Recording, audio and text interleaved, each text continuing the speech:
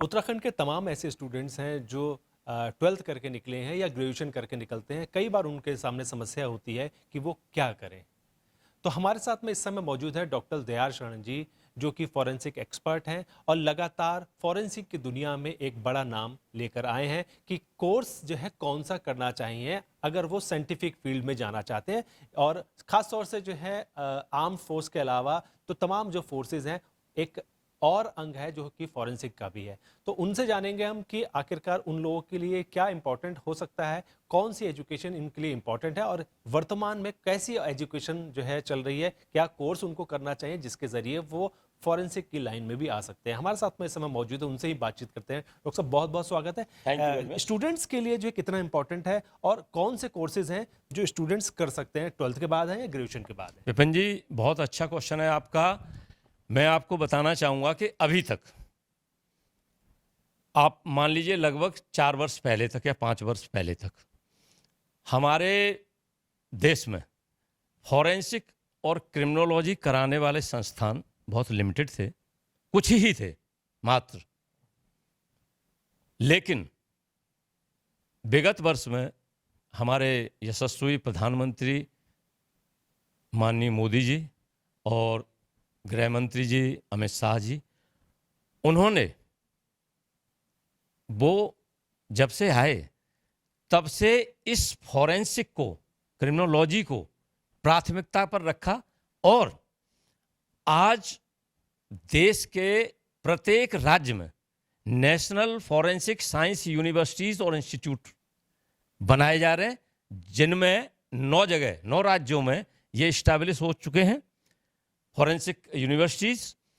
और वहाँ पे बच्चे बीएससी करेंगे, एमएससी करेंगे फॉरेंसिक से, और उनका प्लेसमेंट पुलिस डिपार्टमेंट में, आईबी में, सीआईडी में, इंटेलिजेंस में और पैरामिलिट्री फोर्सेस में किया जाएगा। तो ये जो एक हमारे माननीय प्रधानमंत्री जी की जो पहल है, गृह मंत्री जी की जो पहल है, वो बहुत ही बहुत कारगर पहल है और बहुत महत्वपूर्ण है, क्योंकि इस डिपार्टमेंट को में कुछ नियम में भी उन्होंने बदलाव किए हैं। 5 साल से जिन केसों में अधिक सजाएं हैं उनमें फॉरेंसिक का सर्टिफिकेट, फॉरेंसिक की जांच मैंडेटरी की है। सीआरपीसी, आईपीसी में भी बदलाव किए जा रहे हैं।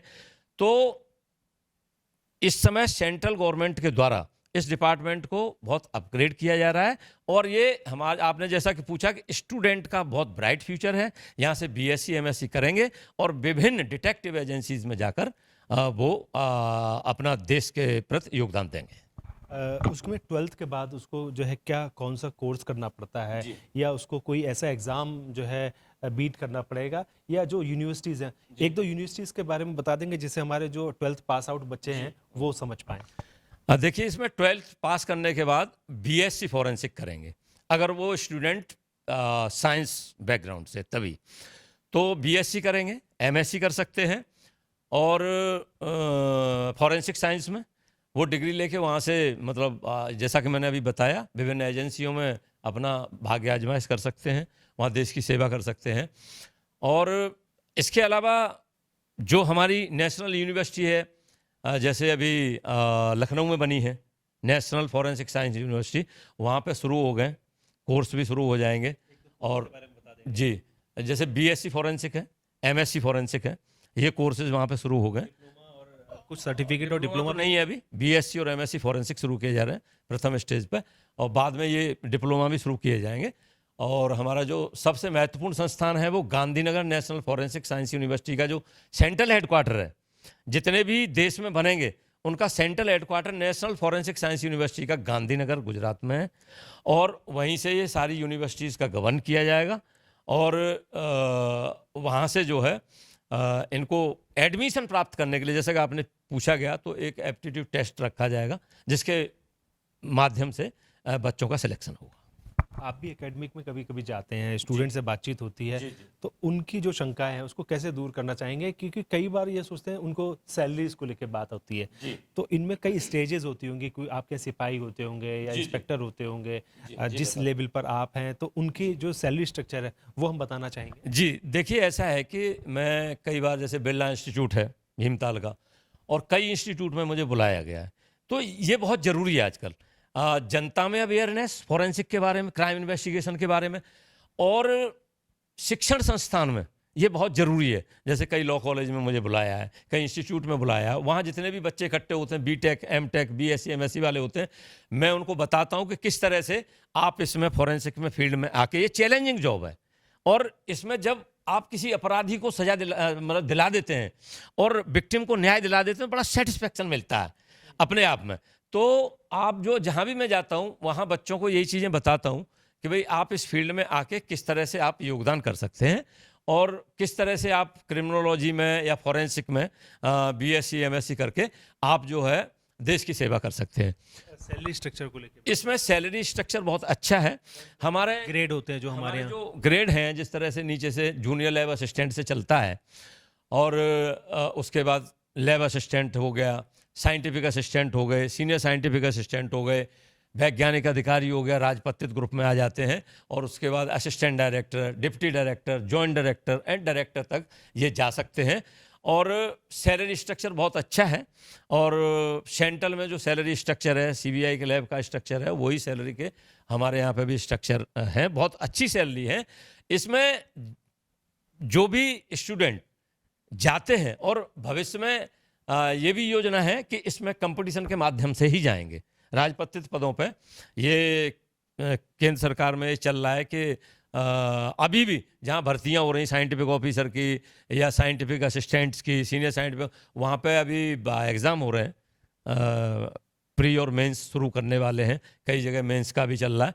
तो ये कंपटीशन के माध्यम से इसमें भर्ती की जाएंगी और इसमें प्रोस्पेक्टस बहुत ब्राइट हैं और हमारे जो युवा हैं इसमें जा सकते हैं और चैलेंजिंग जॉब है, बहुत अच्छा लगता है और ये फॉरेंसिक गुत्थी सुलझाती है, अपराध को अपराधी से लिंक करती है, दूध का दूध पानी का पानी करती है।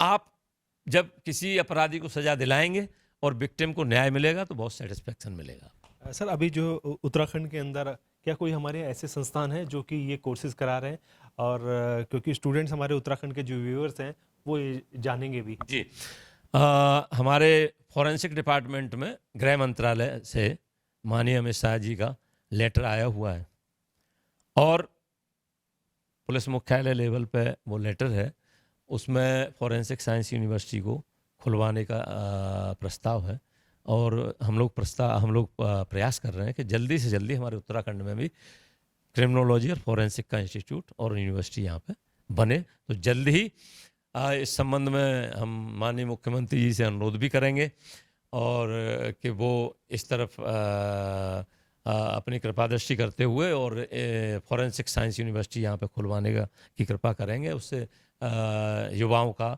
उज्जवल भविष्य होगा और उत्तराखंड में एक संस्थान बनेगा यहाँ।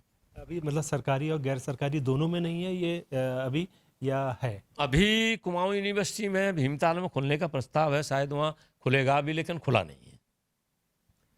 बिल्कुल, ये थे डॉक्टर दयाल शरण जी जो बता रहे थे कि 12th के बाद अगर आपको फॉरेंसिक लाइन में आना है तो इस तरह से आप आ सकते हैं और जो यूनिवर्सिटीज़ हैं उत्तराखंड के अंदर भी बहुत जल्दी ये संभावनाएं लोगों के लिए हैं, स्टूडेंट्स के लिए हैं, जिसके ज़रिए वो अपना एक भविष्य शानदार बना सकते हैं क्रिमिनोलॉजी के क्षेत्र में या फिर जो है और जो आपने फॉरेंसिक एक्सपर्ट्स के तौर पर बातचीत करी है। बहुत धन्यवाद सर आपका। Thank you very much Vipin ji.